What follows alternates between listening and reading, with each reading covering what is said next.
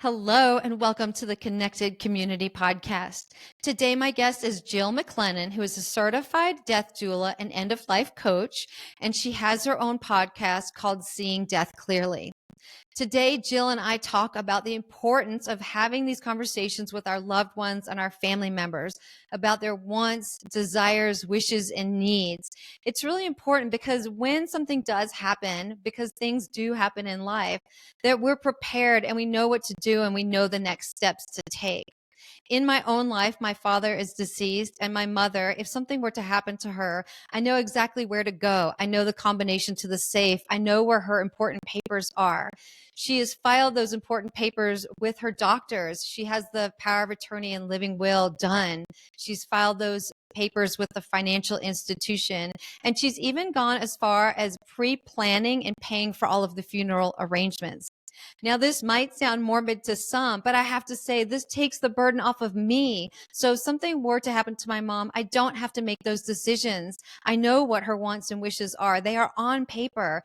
And then instead of running around and making arrangements, I can really focus on my feelings and working through grief instead of being boggled down with tasks and endless things to do. This is so important. It takes the burden off of the people that we leave behind. And we never know when something's going to happen. So it's really important to have those conversations early and often because things do change. It's also important to tell our loved ones while they're here how much we love and appreciate them so that we don't have any regrets. And Jill and I talk about the death and dying process, how it looks different from everyone, and some of the things to expect and the misconceptions. So I really hope you'll enjoy today's episode. I'm really happy to be bringing this topic to the table because I do find it important. And if you're enjoying the podcast, please take a moment to like and subscribe because it will help so much. And I really appreciate you being here today. Thank you.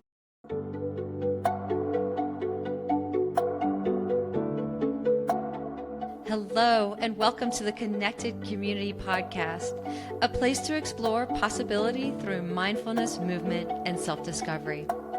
Our intention is to deliver insight and inspiration while fostering conversations that are genuine, unfiltered, and deeply human. We hope you will enjoy today's episode.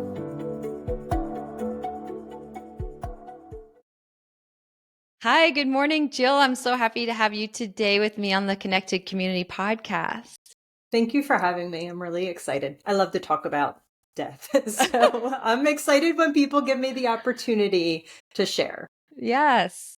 And this whole word death doula, which is your profession, is kind of a new topic for me, not a new topic, definitely an old topic, but a new word, the death doula. So can you share a little bit about what that is? Of course, it is fairly new to, I think, a lot of people, even though there has been traditionally women throughout, as long as humans have been around, that have helped people in villages and, your neighborhoods come into this world and then also leave this world, right? So we've had this profession a really long time, but we've gotten really far away from that. And now we're starting to see birth doulas more common. When I had my kids even 12 years ago, I kind of knew what a birth doula was, but nobody knew was like using them. Now I feel like everybody is using a birth doula. Yeah. And so we're starting to see on the opposite end, people like me showing up to just help in a completely non-medical way. So it's a holistic form of support. It's emotional, it's spiritual, it's physical, and physical meaning, everything from like helping people get paperwork together to some doulas will go and will sit bedside while somebody's dying. We will help you move your furniture around if we need to get you into a comfortable position. So like that's the type of physical support. And it depends on the death doula. I will work with families. So it's not just my client that is the person that's maybe actively dying. I will work with, their spouse, with their children, with their grandchildren, and really just make sure that everybody is understanding what's happening around the end of life. Everybody feels supported. They feel heard. And I also will work with grief. Not all death doulas will work with grief.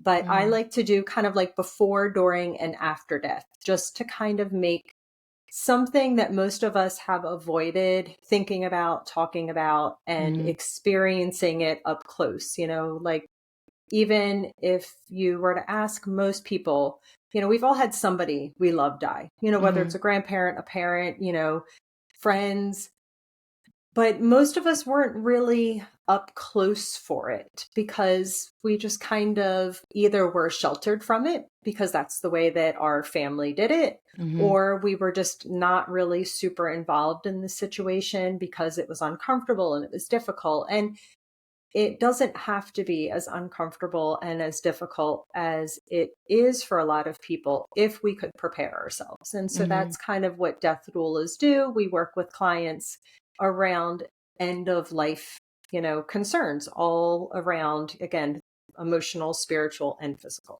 Mm-hmm. Is it mostly people on hospice that connect with you?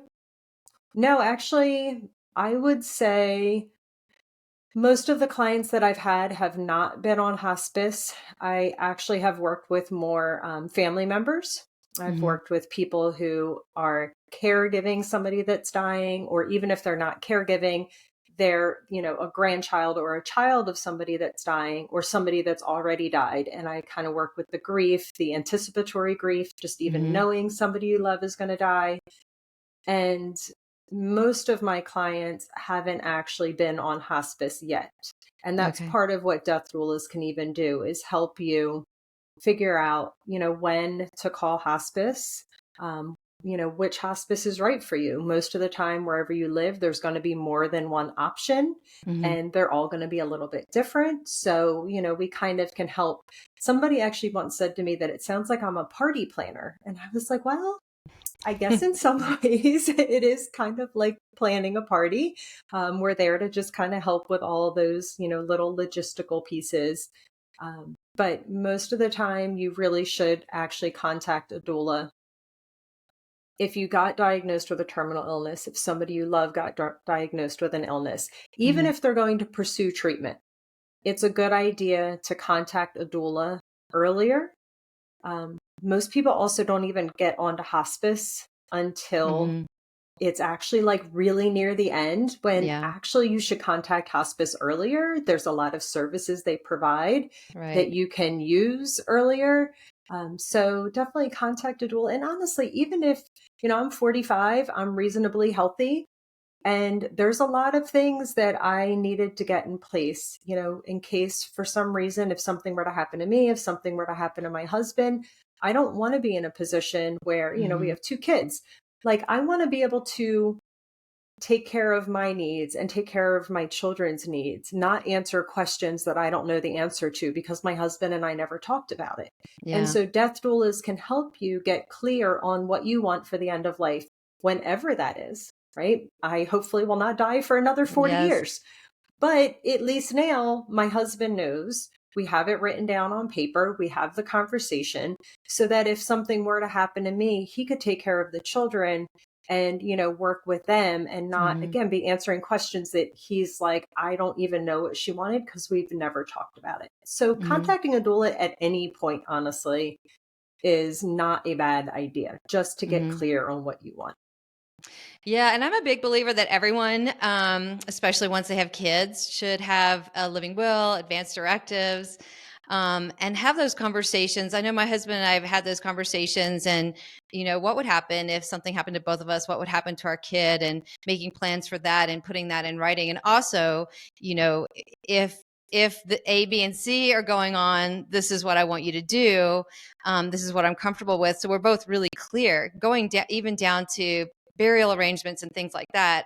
I realize some people might think that's dark, but I think that that's smart, because if something were to happen, everything's in place, and I don't want any energy to have to go into um, what would I want, or where would my kid go, or like I want all of that to be in place. And I guess for my husband and I, that was an easier conversation, but I imagine for a lot of people, that's a really difficult conversation.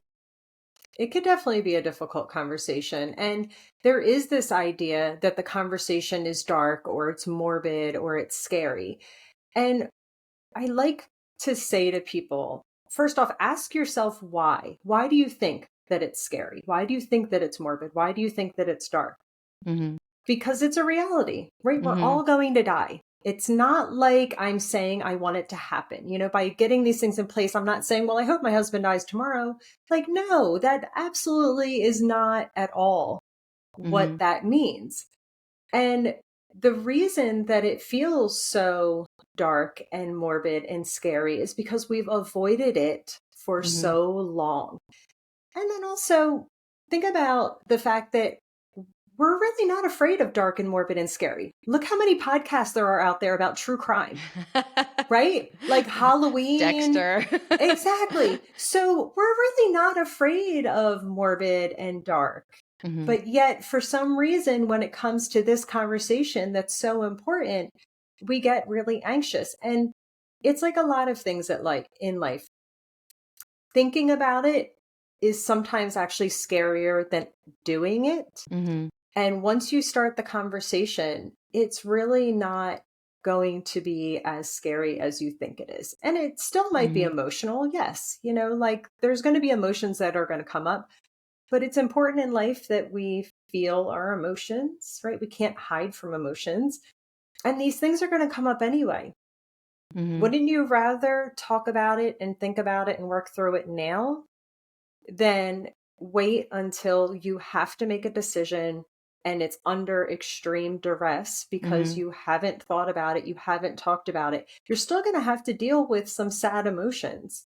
But I'd rather work through the things that I could work through now so that when it's time, I can really be present with my loved one. Again, not trying to figure things out that I really have no idea what the answer is to those Yeah. questions. Yeah. Back a million years ago, I got an MSW, and my first job out of grad school was working with hospice. Nice.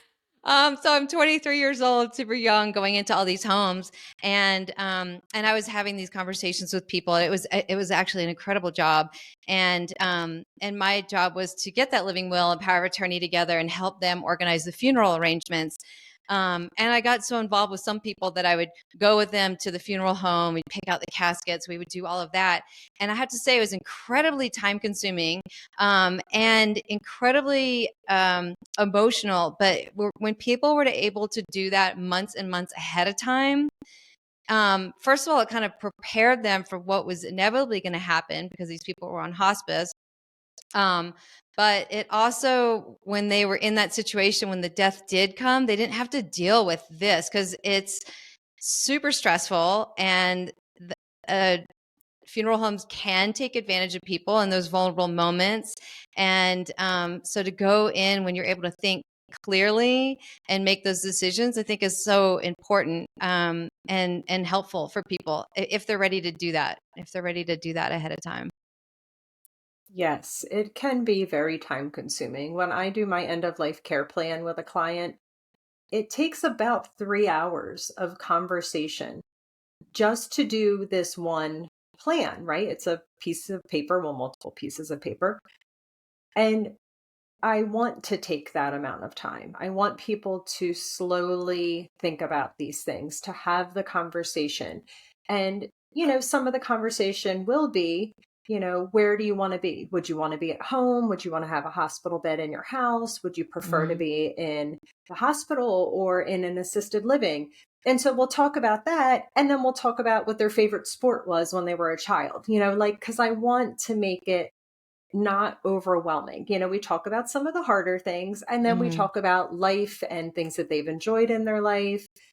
And it is a time consuming conversation, Mm-hmm. but it's important for us to take that time. Because think about it, I mean, in the long run, 3 hours is not that much time out of your life. Mm-hmm. So to take 3 hours to have this one conversation with somebody, to get this all down in writing, to get really clear so you could have the conversation with your loved one. And especially if you are younger, right? If you're overall healthy, this isn't like you sit down once and you have this conversation and it's this long 3 hour thing. It's like, let's just start maybe asking one question of your partner or your parents or Mm-hmm. whoever it is that you want to have the conversation with. and you sit, over dinner, or maybe you're outside at night and you're having a glass of wine together, and you just say like, hey, have you ever thought about like what you want at the end of life? Do you want to be cremated? Do you want to be buried? Mhm. Do you have anything taken care of? Yes. And you just kind of have those conversations in short bursts over a longer period of time, which is why really we should start doing it now, so that you don't Mhm. have to, my clients that are nearing the end of life, like, I really need this information now. And so we're going to sit and it's going to get done in 3 hours, Yeah. versus if you can start having the conversation and it's just little tiny amounts over a Mhm. period of a few years, get the things down in writing, um, so that it's ready and people know where it is, but having the conversations that you need to have, because it's not just about getting it in writing. Nobody's going to sit down if there Mhm. was an accident, if there was an emergency, nobody's going to sit down and say, okay, well, they have their living will. Let me sit here and read through this Yeah. entire thing and figure out, do they Mhm. want life support? Do they want to be intubated? Do they want these different medical treatments? This is why we not just only need to have it in writing, but we need to also have the conversation so that our loved Yeah. ones already know, even though you still need that legal piece of paper, but you need to be able to also have somebody that can advocate for you if you can't speak. And that's the thing too. Sometimes when I have these conversations with people, I'm like, this is worst case scenario. This is if Mhm. something were to happen and I couldn't speak for myself. So even thinking about these things, it doesn't mean that any of these are even going to happen to you. It Mhm. just means that we've thought about the different possibilities. And it's just like creating a birth plan. I know when I had my son, I had my birth plan, everything was written out, like what would happen if this were to happen? What do I want? Mhm. We didn't use anything in that birth plan, right? Good, bad, or otherwise. Like things kind of went their own way.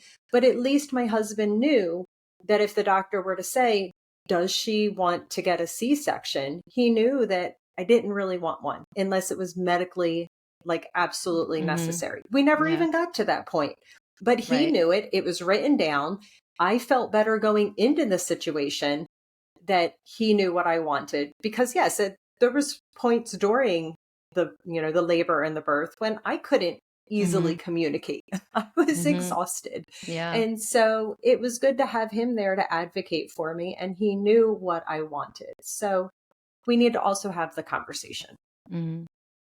I remember having this conversation a long time ago with my mother, because I think sometimes it is a little bit harder to go to a parent and ask them this information. And but when I was a hospice social worker, I was on it, and I realized the huge importance of my mom being able to state those decisions on our own, put them in writing, put them on paper, think about them. So if something were to happen, that would not fall on me. I don't want to have to make those decisions. Those are such hard decisions and they're so heartbreaking. And in that moment, I might get overwhelmed with emotion, and but here I have a piece of paper.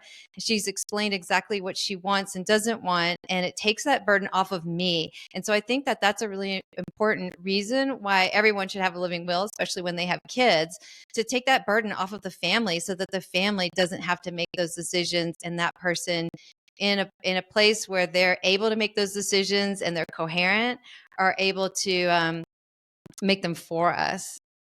Yeah, it's a gift that you give your loved ones to do this, Mhm. because you're right. Nobody wants to have to make these decisions. And when you're in a situation, and again, the doctors, they're going to be asking you questions like, and this is no judgment against doctors, but it's not like they're necessarily calming and just like, all right, what do you think your mother wants? It's like, no, we need to do this thing. We need to know now, like what's Mhm. going to happen. That's not a way that I want to make any decision, because most likely I'm just going to be like, I don't know, I guess just do whatever to keep them alive so that I have Yeah. time to decide. Well, at Right. that point, it's a lot harder to say to somebody, you know what, yes, they're intubated, but now the doctors are saying there's really no hope. Do you want to stop it? That's a Mhm. lot harder to say, yes, please stop, than no, don't even do it, because I know that's not their Yes. wishes. I know that's not what they want. And so it's really just a gift that you can give your loved ones to have this conversation. Because, I mean, when somebody is dying, you're always going to be sad. right? When you love somebody and they're dying, there's always going to be that sadness and that grief and that loss. I mean, there's nothing that we can do to fully prepare for that. So let's prepare for the things that we can. And it's a gift to everybody around you to have that already done. If we could view it that way too, I think it would be easier, because I've talked to people, well, they'll say, oh, my mom, I've tried talking to my mom, or my mom's tried talking to me, but I don't want to have the conversation. And so people shut the conversation down. Oh, we don't need to think about that yet. You're not dying yet. We don't need to worry about that yet. Yes. And so the people around you shut it down. So even when somebody wants to have the conversation, it's not always well received, which is why sometimes, again, just asking some little questions, just gently starting the conversation, then it can lead to so much more. But it can be overwhelming if you're just like, hey, I want to talk about what what I want when I, am potentially dying. People are going to be like, I don't want to talk about that. So just, there's ways to kind of start the conversation. Yeah. Yeah. And let's talk about when somebody's dying, because I'm so glad I've had a lot of death in the last 6 years of my family, and they were on hospice, and I was with them. My father and my grandmother when they died. And thank goodness I had that hospice background floating in my head about all the things that were happening. The modeling and the breathing was so intense and scary. The death, that they call it the death rattle. And just being like, knowing what was going to happen, when it was going to happen. And then also there's uncertainty in that too. My grandmother decided to stop eating.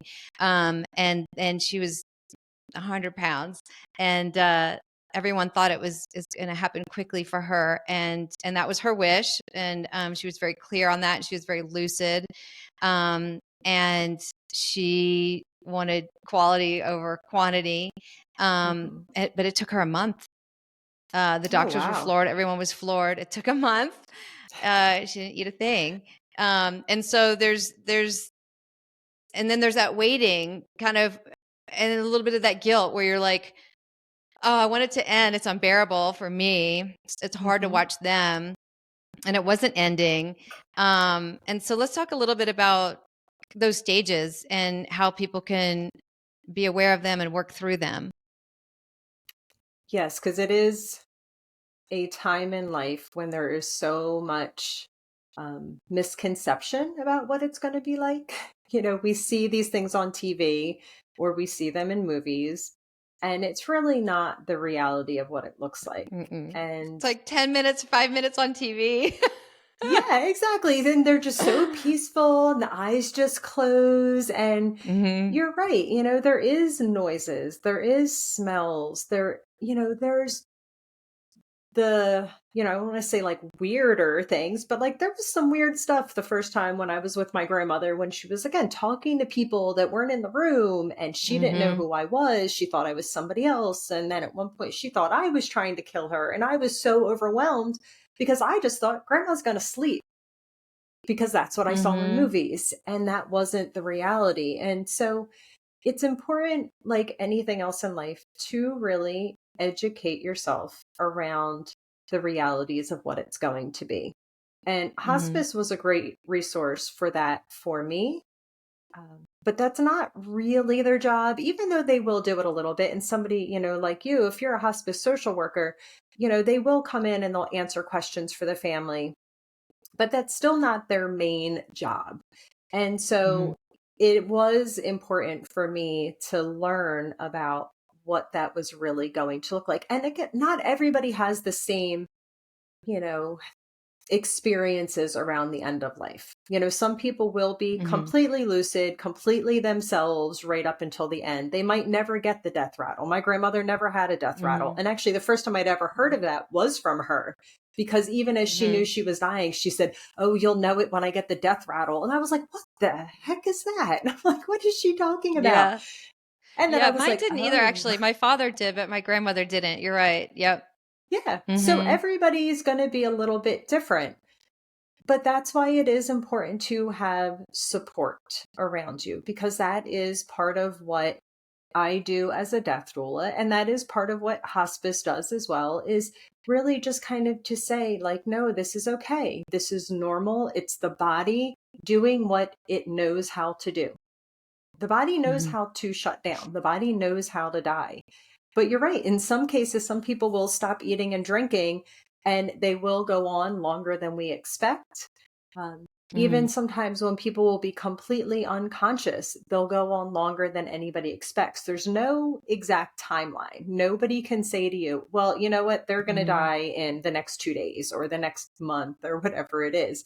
We have Mhm. ideas based off of what's happening, but nobody can say for sure. And really just knowing that, again, a lot of these things are natural. So if there is noises, there's medications that hospice can use. Because that's, again, a big misconception where I've had so many people say to me, well, hospice came in and they gave my grandma morphine and they killed her. And I'm like, well, Oh my gosh. that's probably not the case. I'm like, Mhm. no, nobody I've ever talked to in hospice would be willing to lose their license by giving your grandmother morphine and killing her, first off. It's probably Mhm. that you waited too long to call in hospice. So grandma was really very close to death already.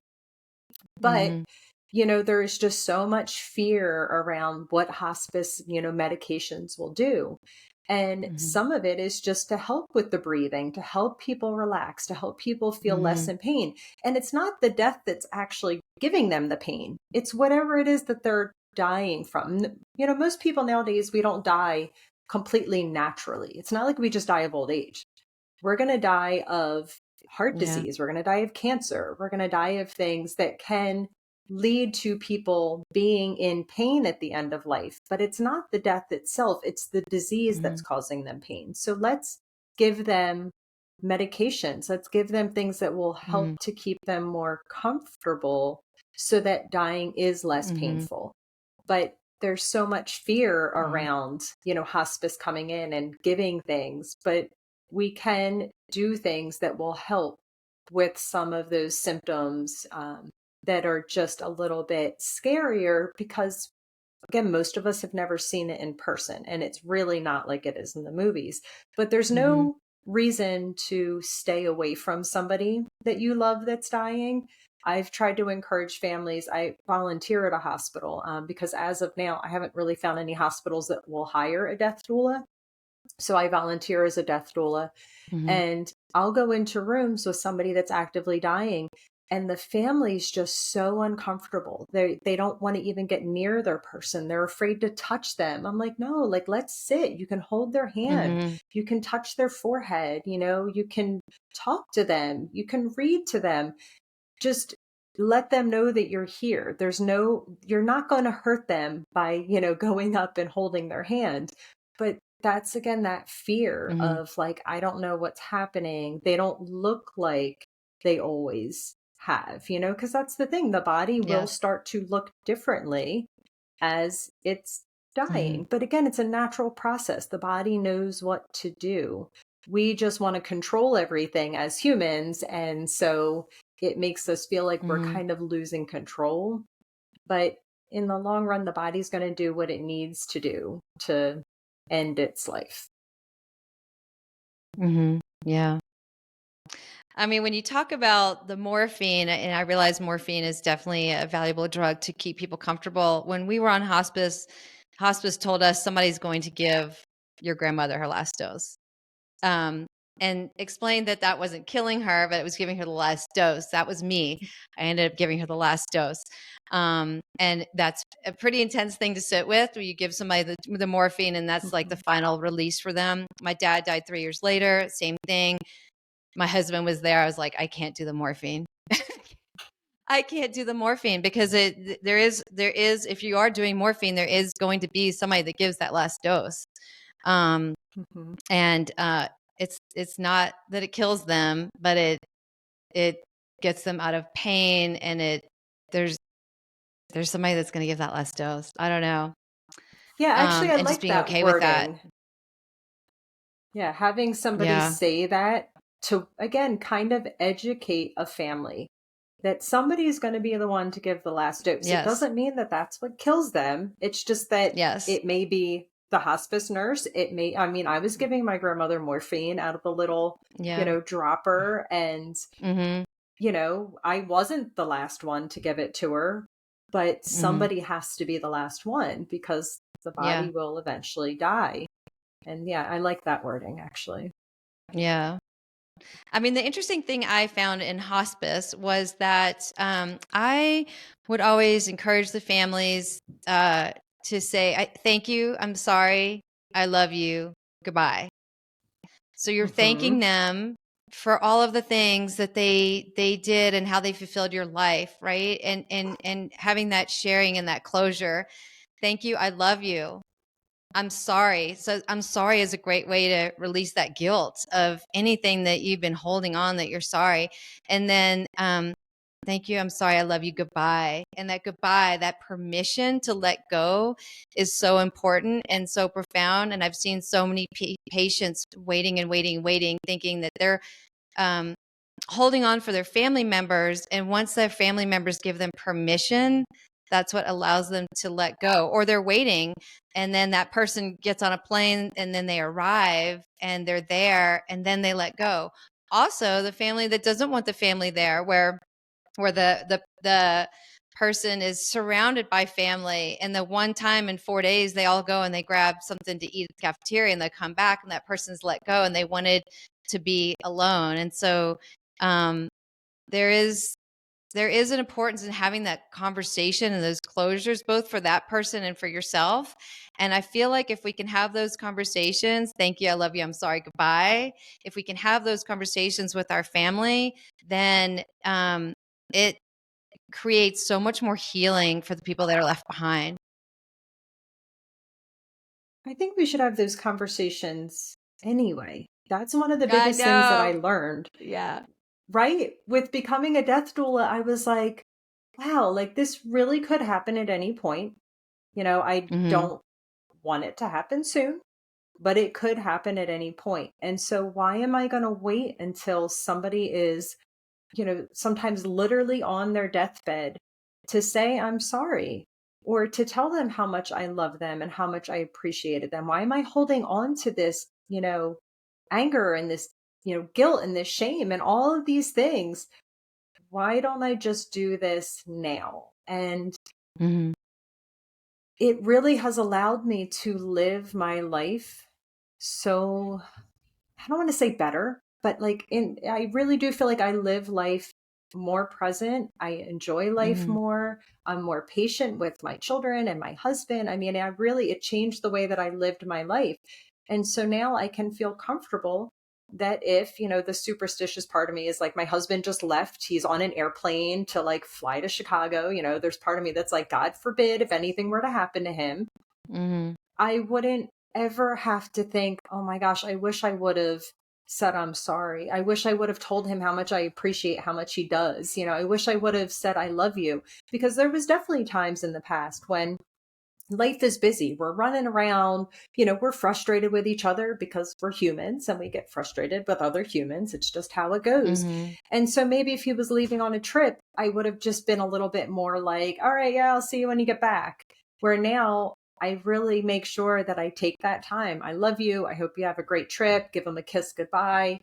So that if it was for some reason the last time that I ever Mm-hmm. see him, I wouldn't have that guilt and that feeling of like, I really wish I would have just told him these things when I had the chance. And so we just need to do that now. But if we didn't do it Mm-hmm. now, I also Mm-hmm. don't think that it's ever too late. If somebody is dying, you're right. Like, tell them what they meant to you. Really apologize for the things that you wanted to apologize for. It's never too late to do that. And I also believe it's never too late to do that, even if somebody's already died. We Right. can Yes. still find that closure. We can still say those things, but it's not going to be the same as if we were doing it daily in our life of just really connecting with people and letting them know what they mean to us while we have that opportunity. Mm-hmm. Yes. And I think that in an ideal world, we would all do that. But then distance and families living apart and in other states, that creates a little bit of a separation where we're not having those conversations as much. And I think the one thing that I found really helpful to understand was that hearing is the last thing to go. And so even if somebody looks like they're completely out of it, they're still able to hear. And so um, to be able to hold that person's hand and to talk to them, even if they're not responding back, they're still getting those messages. Yes, for sure. I mean, it's I even talked with a woman who she said that she was so connected with her mother as she was dying that they were like telepathically communicating, where she was like hearing in her mind responses from her mother. She said it was the most amazing experience. And again, part of me is like, I don't know, especially when people are in that space where they're like half in one world, half here, wherever we go, I still don't know. And I will never know Mm-hmm. it, honestly, until I die. But that maybe that would be very possible if we were open to that. That if we opened our mind and opened our heart, that maybe our person could communicate with us in a way that they would not have been able to in a different Mm-hmm. time in life. But I think even for me, like you were saying, how, it's hard with people now. We're so spread out. We're all over the place. I guess, like for me, some of it was I had to also just be okay with the fact that some people I'm never going to have closure with. And that Mm-hmm. as long as within me, I'm okay if they were to die tomorrow, I wouldn't feel like, oh, I wish I would have said this. I wish I would have said that. Then that was okay. I maybe haven't said things to people because I feel like it doesn't really make a difference. I'm probably not going to get a response that would make me feel better. Mm-hmm. They maybe won't take it well because, again, sometimes people think I'm a little bit weird when I'll say things and I'm like, I just want you to know this thing. And they're like, why are you saying that to me? And so it Mm-hmm. doesn't mean that we have to do that as long as we're okay within ourselves. That if they were to die tomorrow or if I were to die tomorrow, that I would be okay with it. But again, it's hard because if we've avoided ever thinking about the fact that people we love could die tomorrow or I could die tomorrow, then we can't ever really get clear on these things. So we need Mm-hmm. to think about it first. That's like the first step. At least just acknowledge that we're all going to die and that we don't really know when and we don't really have control. Then that's a Yeah. good place to start with it. Yeah. How do you work with the people that are very afraid of death and touching that person and talking to that person and being in the space and it's just too much for them? With no judgment there when I say that, because we all have our skeletons and our things that are dark and difficult for us, and for some people that's their worst nightmare. And so, how do you work with them to get what they need from the experience, get that closure? um, and also the patient when they're alert and aware and they can feel their family withdrawing and pulling away. What advice do you have? I think you nailed it right there where you said there's no judgment, because even though sometimes I can observe it and I will feel a little frustrated because I'm like, but for real, you need to do this now. You need to go in there now. Like there's not going to be another chance. But I can't push anybody. I can't force anybody. I just have to show up and support them where they're at with no judgment. And even people that think they're going to be fine may not be when the time comes. Even people that think they might be completely freaked out might actually show up and all of a sudden just feel really comfortable and really confident and really able to go in and sit and do the things that they didn't think they were going to do. Like we don't know how we're going to react until we're in that moment. And so my Mm-hmm. job isn't to ever force anybody to do something they don't feel comfortable like with doing. And Mm-hmm. so I try to really just ask a lot of questions and just sit and listen and be able to allow somebody to feel comfortable vocalizing whatever it is that's on their mind, because that's the thing where what is it that we're so afraid of? Like, why do you not want to go in the room? What is it that you're scared might happen? What is it you're afraid Mm-hmm. of seeing or hearing? And also maybe you go into the room and then you decide that, I really can't do this. That's okay too, right? Nobody's going to Mm-hmm. force you to stay there. You have the freedom to leave, to do what you need to do, really encouraging people to honor what they need in that moment. And for some people, it can be really hard because there's old wounding that's going to be coming up. And so maybe it's a family member that abused you and really traumatized you, and they want you to be there. And everything in your being is saying, nope, I don't want to be there. I don't want to do it. Then don't do Mm-hmm. it. I will never try to force somebody. I will never guilt them like, well, your dad's dying. How could you not go in there? And anybody that's trying to do that to Yeah. you, and that's where, like, sometimes as a death doula, I'm like, in some ways, I'm going to be a little bit of like your bouncer, where if somebody's trying to force you, if somebody's trying to come in the room that you don't want, like, I will stand up to them and say, no, this is Mm-hmm. not what they want. They don't want this conversation happening. They don't want this person, whatever it is. But again, I need to know these things. This is why it's Yeah. best to start this relationship earlier so that I can have these conversations and know what's going on. But a lot of old wounds are going to be opened up when we're facing the end of life with people. And Mm-hmm. even siblings, I mean, how many times? And I'm sure you probably saw Yes. it. Fights. Oh my God. People start The fighting like fights, crazy. like And crazy. And and there's a things get lot of said. greed, that greed stuff comes up so much. I was Yes. shocked how much that comes up.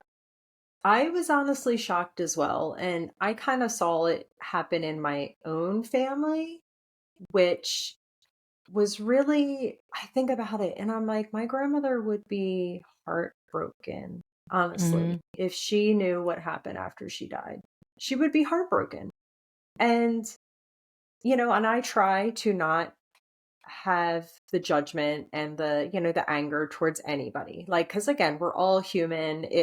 We're all doing the best we can. I do fully believe that. Whether I agree that Mhm. somebody's best is as best as any human could do, I don't know. I think there's a lot of people that could work on healing themselves so it's not getting pushed onto other people. But like at the end of life, things really do get dug up and stirred up, and things get said that can't be unsaid. You can't take it back. Mhm. And it really, if you were to look at it, it's not the death itself. It's not even the money. It's just something that went back to probably when you were children that, Yeah. people can't actually work with the real root of their problems. It just gets projected out onto whatever is closest in that moment. And when death is Right. happening, and then Mhm. again, and now all of a sudden there's death, so we're grieving and we're hurting. And then money gets involved. And then it just becomes also like this battle where once we choose our sides, then we're dug in for years and years and years, right? We're never going to Yeah. let this go over something as silly as money when I don't know. I mean, I don't have anything in my life monetary wise that is worth more to me than my husband and my children and my mother and even a lot of my cousins. Like, Mhm. there's really nothing that money could ever buy me that is worth more than those relationships. And so, why are we letting things like money break up our relationships with our siblings? Because again, I think if my children, if they fought over money after I died and stopped speaking to each other, I would probably Yeah. come back and haunt them first off. Like, what is Yes. wrong with you? Like, please, Yes. please don't do this. But that would break my heart. Like, Mhm. I don't know why it happens so often, other than I think we just don't heal our old wounds. And Mhm. it's just, it comes up and we don't actually face it. We just choose to fight instead because it happens Mhm. a lot. It's really sad. Yeah. In some ways, the death brings people together, and then in other ways, it just breaks people apart. I've seen both for sure. Yes, some families it will. It'll bring people together. They'll be closer afterwards. They, are able to really, if you think about it, the death of a loved one is so intimate. There's not going to be many times in a life that you're going to be as close with somebody as you will be when they're dying. Or again, Hmm. if you're supporting somebody that's dying right along with your siblings or a parent or whatever it is. And if we allow ourselves to really open up to the experience and really connect with the other people that are part of this experience and cry together and grieve together and do all the things that we really shy away from, it can really be this, it's like, it seems weird to say almost like a beautiful experience because again, somebody's Yeah. Yeah, it dying, can be. right? Well, yeah, like we're not going to ever stop people from dying. We're all going to die. So Hmm. why not try to make it the most beautiful experience that we can make it? And I've heard stories, I've not seen it myself, but I've heard stories of people that come in and they're singing and they're all together and they'll bring Hmm. candles and flowers and like really make it into Hmm. almost like this beautiful ritual experience. We do this around so many other things in life, but yet with death, we're afraid to make it into an experience that isn't something that is, Yeah. on the darker side, the scarier side, when it doesn't have Hmm. to be. Yes, a celebration of life. I mean, I just went to a funeral with a family member that was really young, and she left behind two 12-year-old twins, Ugh. and they said, please, everyone wear white. We don't want this to be dark and everyone wearing black. We want this to be a bright, and we want this to be a celebration of life. And I think also with that celebration of life is that something when somebody's dying is bringing those conversations in, and those all the family members getting together with their loved one and sharing all those moments and all those memories and all those beautiful things that they shared together is a really Mhm. nice way to get closure, to make everyone feel good, and to just kind of work through that process in a softer way. Yeah, I like the celebrations of life where, again, that needs to be planned ahead of time, though, right? You need to communicate that Hmm. ideally with people that you want it to be, full of music. And I'm actually working on, I belong to a Buddhist center in Philadelphia because I'm right outside of Philly. And so I'm working right now on a celebration of life for one of our members.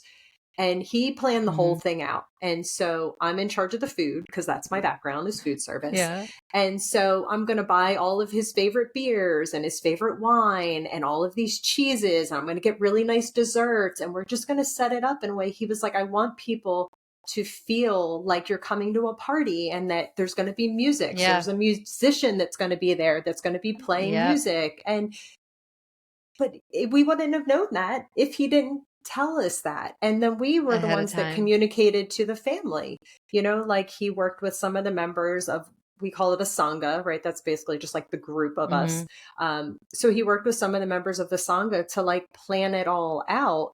And then the family got involved because his family's not Buddhist. It's just, regular family Yeah. members that are now going to come and be part of this celebration with us that he planned himself. I'm just executing it for him, but he Hmm. needed to communicate that with us. And it's beautiful that he did because it's going to be very uplifting and it's really going to be more of a Hmm. celebration of his life versus funeral that can just be, I feel like a lot of times now funerals are very there's just like no Heavy. emotion.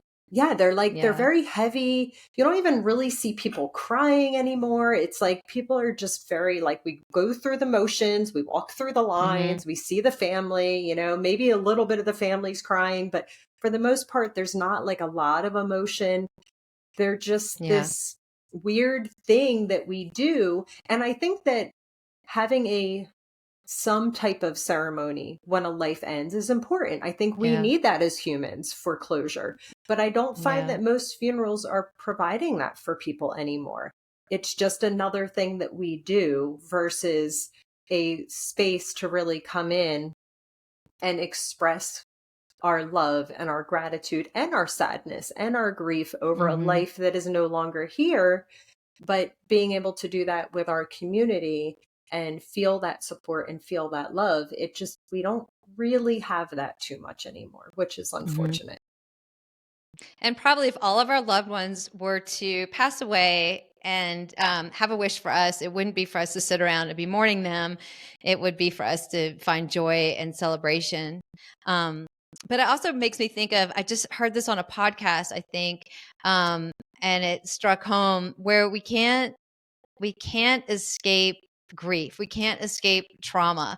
And so when a trauma happens or when a death happens or when something like that happens, if we just kind of skip over it and write a book about it, or we kind of just pass through those emotions without processing them, then it's going to come and bite us in the ass later. And Hmm. so it is really important for people to take that time in however they do it. It could be a celebration of life, but however that they do it, to process those feelings and not put them off, because they will come back. There's no escaping grief. There's no escaping trauma. And not that every death has to be heavy and dark, because the ones that I experienced had a little bit of that, but it was also like, wow, they lived such a good life and it was time. They were really old and it was time. And but I do think that we can't escape grief completely. Yeah, and that's why as a doula, I do like to work with people around grief because I have found really in anything in my life that if I try to push the emotions down and I try to push anything away, it just comes up later on in a way that Mhm. usually is that it's taken out on somebody else, either somebody that I love or Mhm. the random person that cut me off on the road and I'm screaming like a Mhm. lunatic. And then I'm like, where did that even come from? Why am I Yep. so upset? And so when I work with people around grief, I really try to encourage them to use all of their senses, use their whole body to work through the grief. I'm a big one on, embodiment of really having things that get stored in our body. And so we need to move them out. So whether it's, Mhm. doing some type of exercise that you like, dancing, walking, doing something that moves your body, whether people like to journal. I like the idea of writing by hand because, again, it's incorporating the body, it's incorporating the movement, but getting these emotions out. So it could be writing poems, it could be singing, but getting the words out as well that are kind of running through our mind and resting. We don't really rest well Yeah. in our culture where we just keep pushing and we keep pushing and we keep pushing rather than listening to our body and saying, no, right now, maybe I do need to sleep a little bit more. Maybe I do need to just spend some time laying in bed watching a movie so that I can just allow my body to rest Yeah. and giving ourselves that permission to do it. But we put so many rules around grief.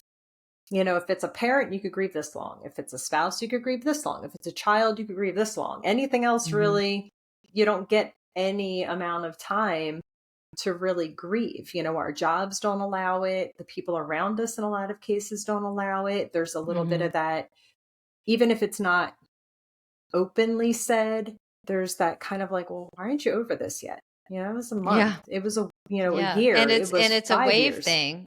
It goes in waves. It can come back and then slap you.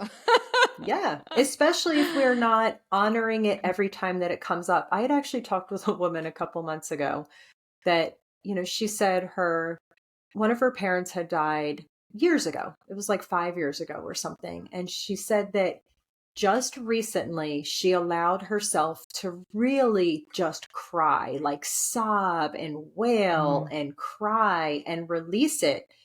And she said it's the first time in years that she felt honestly like better because the Mhm. first 5 years, every time she would feel like that she had to cry, she would push it down, like a couple tears, but she would just Yeah. push it down. She would push it down. She would push it down. And then she kept wondering why it's been so long and why she still feels so terrible. And when she finally gave herself the permission to really allow her body to grieve, now she actually feels better. She feels like she can move on from it. So we need to give ourselves the permission to feel it fully, because Yeah. pushing it down is just going to extend the process.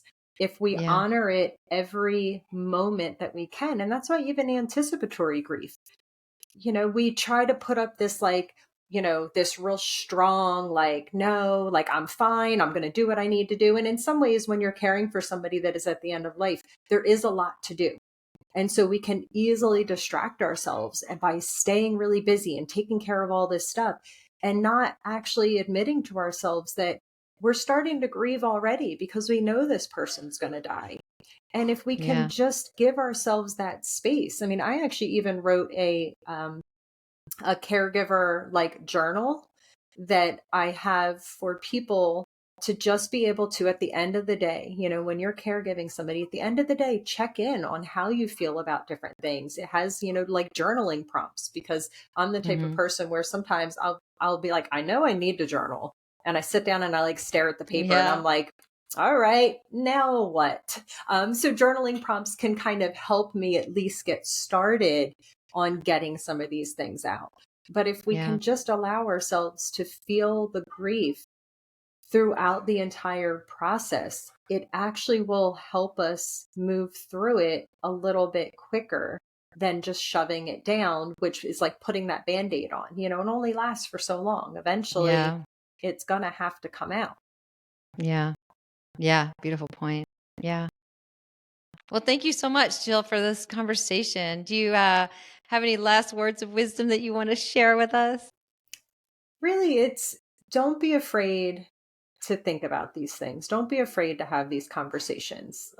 It'll be okay. You can get through it, and you can also get support. That's why Mm. death doulas, I mean, people can reach out to me if you want to have these conversations. If you want to start thinking about it, reach Mhm. out to me. I can support people really all over the world. I mean, that's the wonderful Mhm. thing nowadays. We can do this work together Yeah. anywhere, but don't be afraid to get started with it. And how do people connect with you and find you? So my business is End of Life Clarity. That's what I am on all the social medias. So on Facebook, on Instagram, on TikTok, on, all this stuff. That's my website as well. And people are welcome to email me, or if you find me on Facebook, you can, direct message me on Facebook. I even have a Facebook group where I post questions every day to get people thinking and talking about end of life and living life. So Mhm. people are welcome to join my Facebook group, but I would be happy to talk to anybody. I do the, 30-minute, complimentary consultation just to see if we will be a good fit to work together. But I love to support people around anything with the end of life. So definitely reach out to me. Yeah. Thank you. Thank you so much, Jill, for your time. And thank you so much for the work that you're doing out in the world. Oh, you're so welcome. Thank you for having me on your show. Oh, and also I do have a podcast if anybody wants to listen to Yes. conversations about death. It's called Seeing Death Clearly. So similar to my business name, but I have conversations similar to this, but with a bunch of different people that are either professionals or just, quote unquote, normal people that have experienced death and dying. And again, it's not morbid. It's not scary. They're just really lovely conversations just to get used to hearing people talk about death and dying. Yeah. All right. Thank you so much. Wonderful. Thank you, Nikki, for having me. Thank you for listening to the Connected Community Podcast. If you enjoyed today's episode, please like, share, and subscribe. I can be found at www.nikkiyoga.com, NICKYYYOGA.com. Until I see you again next week, I hope you have a beautiful day.